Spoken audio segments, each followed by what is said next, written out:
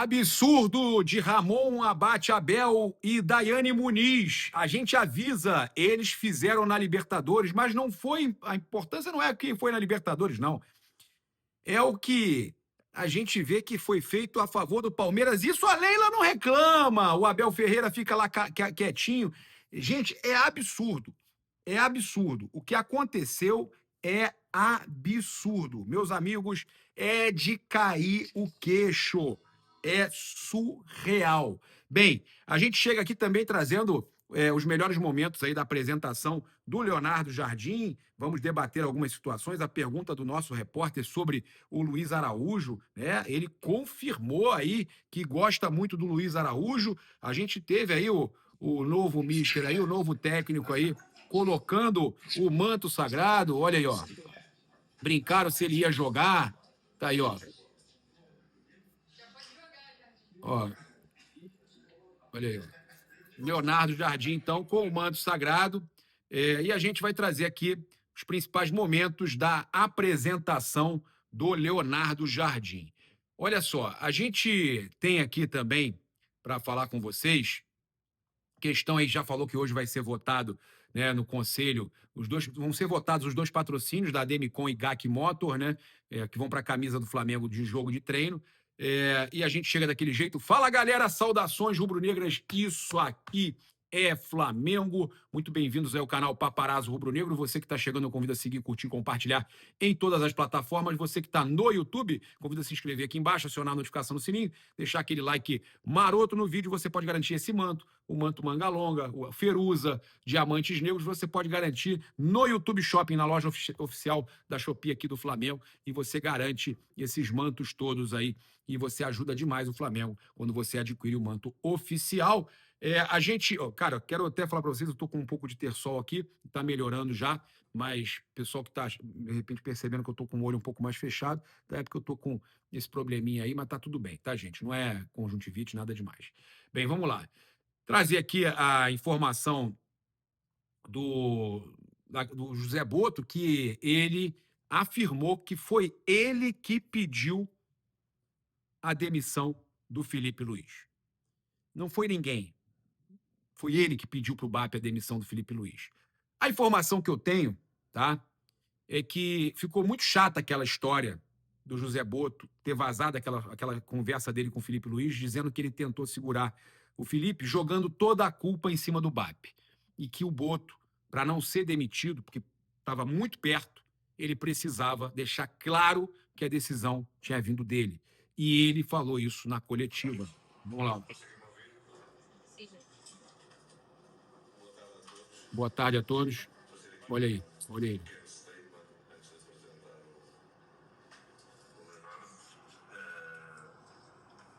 Quando me convidaram para vir para o Flamengo, o presidente deu-me uma série de atribuições. Uma delas era fazer diagnósticos e encontrar soluções. Fazer diagnóstico e encontrar soluções. Neste caso, eu fiz o diagnóstico, dei a solução e o presidente aceitou e, como decisor máximo, Eu fiz o diagnóstico, dei a solução e o presidente aceitou. o martelo, como vocês dizem. Bateu o martelo, como vocês dizem. Razões são sempre muitas, dependendo do contexto, e acho que não compete a nós expô-las. Já foi exposto, né, Boto? Já foi exposto. Ele fala que razões eles não vão expor, mas a gente sabe já tudo, né, que já foi vazado, que foi exposto. Eu acho que isso é profissionalismo, como profissionalismo também é tomar decisões difíceis e que às vezes parecem ilógicas. Posto isto, nada retira aquilo que o Filipe fez aqui e a brilhante carreira que vai ter como treinador, que eu já disse várias vezes. Solução. Está aqui o Leonardo Jardim. muito experiente, com vivências em diferentes contextos, com muitas conquistas em diferentes contextos também, com uma carreira de subir a pulso, de baixo até ao topo, com mais de 20 anos de carreira, com menos 23 são, porque jogamos um para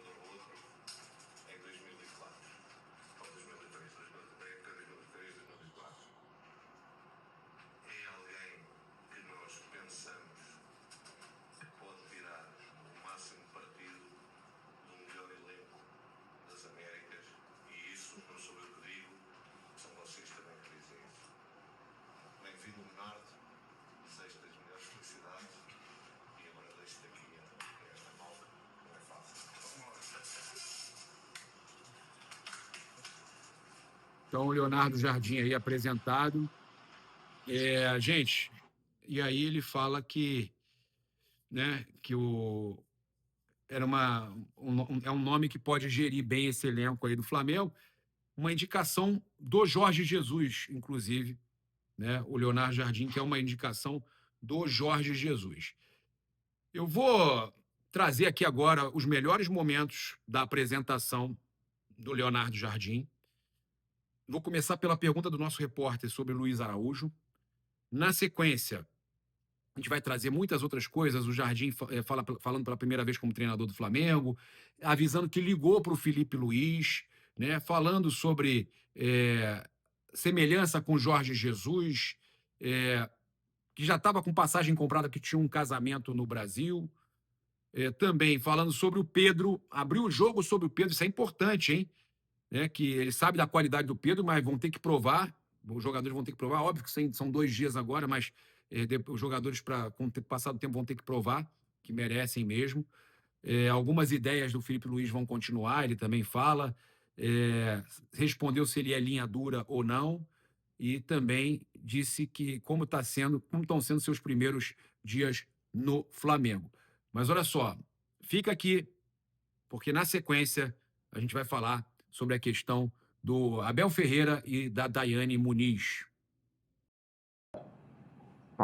Eu não queria trocar o Matheus no Luiz Araújo, porque são 2 jogadores que podem jogar em 2 posições diferentes. Um é mais no corredor e o outro é um jogador mais central, um jogador mais dinâmico em termos do jogo. Mas com certeza nós procuramos trazer o Araújo para reforçar o nosso elenco, mas o Flamengo não nos autorizou. Aconteceu também com o Matheus, o que foi para a Arábia Saudita, também Gonçalves, que também nós estávamos interessados e acabou por não ir, porque eu, como vos disse, eu tinha poucos jogadores de recorde técnico e eu queria buscar alguns jogadores de recorde técnico, principalmente para dar outras qualidades à equipa. Primeiro, agradecer ao Flamengo, ao Sr. Presidente, ao Boto, por este convite. Me honra bastante vestir o manto e treinar um clube com a dimensão do Flamengo. Estamos a falar do top mundial, o maior das Américas, e é um grande prestígio e espero estar à altura para honrar esta camisola e saber que vou propor aquilo que sempre propus na minha vida, que é cumprir os objetivos do clube, e neste clube, como vocês sabem, os objetivos é ganhar e trazer troféus e apresentar um futebol que agrade os nossos torcedores. Obrigado. O que fez-me mudar de ideia? Em relação a essas palavras que foram sentidas, foram muito sentidas, porque sentia-me muito bem em BH, porque acreditava num projeto a médio prazo, a médio e longo prazo, não um projeto somente de um ano. Mas a vida às vezes cria-nos algumas surpresas. Eu pessoalmente tive alguns problemas na ordem familiar e na parte pessoal que eu tinha que resolver, e ao mesmo tempo existia dentro da estrutura algumas ideias diferentes daquelas que eu acreditava, e por isso acabou por se encerrar mais cedo o capítulo Cruzeiro. Mas como eu disse, fui emotivo porque acreditava que o projeto ia ser a longo prazo, mas também fui ingênuo, uma coisa que eu não costumo ser. Eu até sou muito pragmático, não sou nada ingênuo, mas às vezes a emoção leva-nos a que temos algumas tiradas infelizes, e agora, como vocês sabem, treinador do Flamengo, o capítulo do Cruzeiro passou, e quero estar aqui totalmente focado neste novo capítulo. Eu na minha vida tenho tido algumas experiências, não é? Tive uma experiência muito parecida com essa, não é? No Mónaco, quando eu saí, vimos uma vitória 4-1 contra o Lille, em dezembro de 2019 e sei que não é uma situação fácil, mas logo recebi o convite do Flamengo. Vocês sabem que eu tenho alguma proximidade com o Filipe, liguei e disse: Filipe, com certeza não queres falar muito agora? E na mensagem dizia porque se não fosse o Jardim, havia outra pessoa, porque a decisão da tua saída eu não tenho interferência nenhuma e a nossa relação, pelo meu lado, continua sempre a mesma. E ele respondeu-me ao Jardim: a nossa relação é igual, a disponibilidade quando estiver no Rio estarmos juntos é a mesma coisa e por isso, em relação ao Filipe, eu passei a informação também para os jogadores no dia que cheguei, porque eu sei o que é ser a vida de treinador. Treinador é este tipo de vida, não vale a pena. Eu já recebi treinadores das equipas, fui despedido e recebi o outro treinador que vinha, porque ele não tem culpa nenhuma, ele está entrando num processo e tem que fazer o trabalho dele. E eu, da mesma forma, falei com o Filipe e ele respondeu também de forma madura e creio que isso também viabiliza aquilo que foi a relação que criámos, principalmente no comum. É difícil porque estamos a 4 dias de um clássico e eu sei a importância do clássico para os torcedores, para toda a gente, e nós também queremos competir contra o adversário que tem-nos criado algumas dificuldades na história, não é? Cheguei sem equipa técnica porque isto foi muito em cima do fim de semana, depois do convite feito pelo Flamengo. A minha equipa técnica ficou retida toda porque ninguém estava preparado para nada e eu, curiosamente, estava no Brasil, não é? Eu tinha vindo para o Brasil para um casamento e fui fácil deslocado de BH para o Rio, mas aproveitei também e agradeço ao staff residente do Flamengo todo o apoio que tem dado, aos jogadores que também têm tido uma atitude fantástica para me receber bem, para tentar desenvolver as ideias da melhor forma. E foi 2 dias que não tive tempo para nada, foi reuniões, foi observações, nem tempo para ver o que é que se passa um pouco ao redor. Sinceramente, estou extremamente focado porque sei que temos 4 dias somente para organizar um jogo da importância que é o Flamengo Fluminense na final do Campeonato do Rio. Obrigado. A minha forma de viver o futebol e trabalhar, eu dou sempre importância a que tipo de elenco que eu tenho e quais são as suas principais características. Acredito que temos um ADN já formado dentro da equipe e dentro do clube que com certeza quero colocar algum cunho pessoal, mas queremos mantê-lo, porque o plantel está formado também dessa forma, não é? Para ter essas características. Aos perfil que disse aos jogadores, não vamos chegar aqui, não vamos alterar radicalmente algumas situações, mesmo que eu acredito em muito tipo de situações que já eram trabalhadas e com estes jogadores. Vamos tentar, aos poucos, colocar algum cunho pessoal, colocar algumas ideias, mas sem descaracterizar aquilo que foi a força do Flamengo no ano anterior, principalmente, e queremos manter essas características. Obrigado. Mas há uma coisa que eu já disse muitas vezes, não é? Que é, sou um apaixonado pelas coisas do futebol do Brasil, não é? O Brasil, as pessoas amam o futebol é uma religião. Os estádios cheios, os apoios da torcida, tudo isto são fatores importantíssimos para um treinador, não é? E a minha vinda para o Brasil, já desde o ano passado, regiu-se um pouco por esses factos, que eu estava no Médio Oriente, e o Médio Oriente é totalmente o inverso, não é?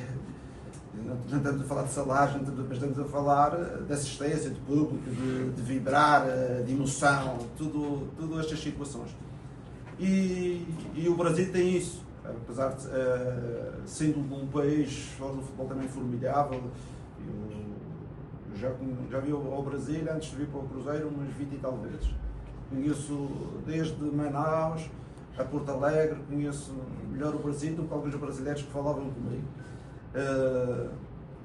E o que é que acontece? E isso extremamente motivante. Depois temos o Brasil não é um país, o Brasil é um continente. Claro que a seguir tem movimentos de deslocações, de fadiga que são muito grandes, mas temos que saber viver com isso e aprender, não é? E com certeza que hoje em dia estou muito mais adaptado do que quando cheguei a esse tipo de movimentos, à gestão do dia a dia, porque há menos folgas, há menos tempo para trabalhar, há muita recuperação. E com certeza que se eu pudesse reduzir o calendário, eu reduzia, em vez de ser 70 e tal jogos, 80, reduzir-se para 50, era aí o ideal. Mas não podemos, é o que temos, e é aí que temos que trabalhar em cima disto. A referir, algumas das ideias do Filipe vão continuar, não é? Mas também acredito que o jogo de futebol tem muitas nuances, pelo menos da forma que eu vejo o jogo. Eu às vezes vejo um jogo, as equipas jogar em transição, há outros momentos que jogam em posse. Eu acho que uma boa equipa tem que ter sempre esta capacidade de jogar na pressão do adversário, algumas vezes esperar mais baixo, umas vezes ter mais posse, umas vezes ter mais transição. As melhores equipas do mundo têm esta variabilidade, que é não fazer sempre a mesma coisa, senão a seguir começa a ser fácil, não é? Se nós somos uma equipa só de posse e os adversários nos pressionarem, nós vamos ter mais dificuldade. Até era uma das estratégias que eu utilizava quando joguei com o Flamengo, pressionar mais o Flamengo para a transição não era tão boa. Por isso temos que equilibrar isto, e eu disse aos jogadores, mas não queremos fugir do ADN deste grupo, que este grupo tem um certo ADN, e no presente, que é o importante, no presente temos que jogar um futebol de acordo com os nossos jogadores. É assim, as nossas semelhanças, a principal semelhança é a nossa paixão pelo jogo, paixão pelo trabalho, paixão pela carreira. O Jorge começou também em baixo, o Jorge começou nas divisões de baixo, chegou ao mais alto nível através do trabalho e da atitude, e a carreira dele é um pouco ao exemplo da minha, não é? Nós começamos de um ponto de partida, nós não começamos na primeira divisão, nós começamos na terceira, ele começou no Amora, eu comecei na Camacho, e essa relação e essa semelhança nos aproximou. Em termos de jogo, com certeza que gostamos de ser equipas dominantes, gostamos de ser equipas que joguem para ganhar, isso é fundamental. Em termos estratégicos, com certeza que eu sou mais adaptável em relação àquilo que tenho no elenco, e ele, pela forma dele gerir, e normalmente nos projetos, ele normalmente às vezes compra muitos jogadores para desenvolver aquela ideia. Mas eu acho que a grande semelhança é a paixão pela carreira e a paixão por aquilo que nós fazemos. Toda a gente, vocês todos conhecem o Pedro, as qualidades do Pedro, não é? O Pedro é um jogador da área, um jogador de capacidade de finalização muito grande. Existem aspectos, por isso ele joga às vezes menos, ou jogou menos, porque talvez noutros aspectos ele não dava aquilo que o treinador pretendia em outras áreas. Neste momento estamos começando do zero, eu acredito nele, quando eu digo acredito nele, não digo que vai jogar todos os jogos e vai jogar sempre 90 minutos, eu acredito nas qualidades que ele tem e acredito que as outras pequenas deficiências a gente pode, com motivação, com empenho, a gente consegue superar. Mas isso a seguir, o dia a dia é que vai reger, não é com 2 dias que vamos estar aqui a fazer análises de jogadores. Isso, tudo o que eu dissesse estava a dizer as neiras, porque vamos ver a seguir o que é que se vai passar. Fazer esse meio campo assim para conseguir ter uma boa relação e mesmo assim não deixar eles saírem da linha, digamos assim. Assim, eu não sei se sou linhadora, se... Eu tenho as minhas ideias, mas tenho uma coisa, eu tenho uma relação de respeito muito grande pelos jogadores, de proximidade em relação aos jogadores, mas sempre naquela linha, não é? O pai tem uma relação de respeito pelo filho, mas há ali uma linha que é a linha que não podes passar aquela, não há amizade para irmos para o café, não é? Sempre defendendo os interesses do clube. É a minha ideia. sinceramente, na minha carreira não tive grandes problemas com os jogadores. Sempre defendo o bem-estar do grupo, as relações, a dinâmica. Por isso eu disse logo no início, para mim é negociável alguém estar à frente do grupo e os interesses individuais estarem à frente do símbolo do clube que nós representamos. Não acredito nessa forma de trabalhar, acredito num grupo forte, acredito num grupo com boas dinâmicas, boa relação entre treinador e jogadores, porque eu acredito que eles vão correr por mim e vão dar o máximo se eu conseguir ter uma boa aproximação deles e conseguir incutir uma ideia. Porque se o treinador não consegue incutir essa ideia, não há projeto que consiga seguir à frente. Obrigado, Jorge.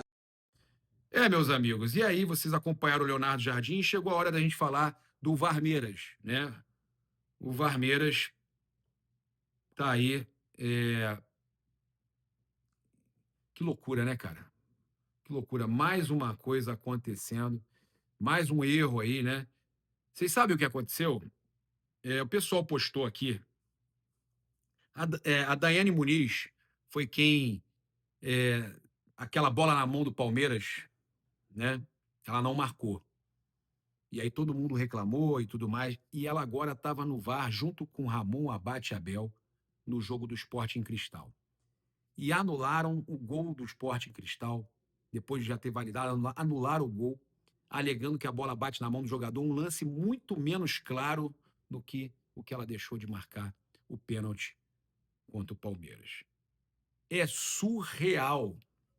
É surreal. É vergonhoso, né? E se prepara, que eles estão preparando. Ó, já botaram na Libertadores o Ramon Abate Abel com ela. Estão preparando já para os dois atuarem daqui a pouco aí nos jogos do Palmeiras ou em jogos que sejam importantes para o Palmeiras. Pode se preparar, hein? A gente está... O olho está com o terçol, mas a gente está de olho, hein? A gente está de olho, a gente está vendo o que está acontecendo. Isso é uma vergonha, meus amigos, isso é uma vergonha, isso é um absurdo, tá? É um absurdo. Como é que muda totalmente o critério de um jogo para o outro? Mas é fazer o quê, né? Mas quando é contra o Palmeiras, né?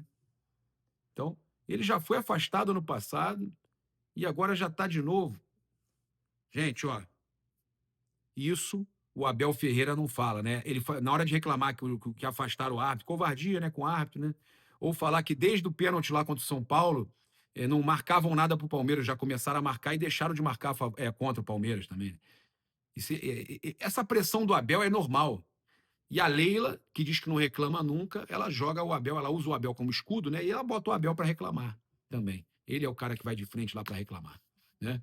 Ou os auxiliares e tudo mais. Mas é assim que funciona tudo com o Palmeiras. Enquanto isso, Ramon Abate Abel, Daiane, esse pessoal vai continuando aí a apitar e vai tentar, né, tirar a gente do sério. É isso. Convido você a seguir, curtir, compartilhar em todas as plataformas. Comenta aí o que você acha, né? Convido você a se inscrever no canal, acionar a notificação do sininho, deixar aquele like maroto no vídeo. Saudações rubro-negras. Isso aqui é Flamengo. Valeu.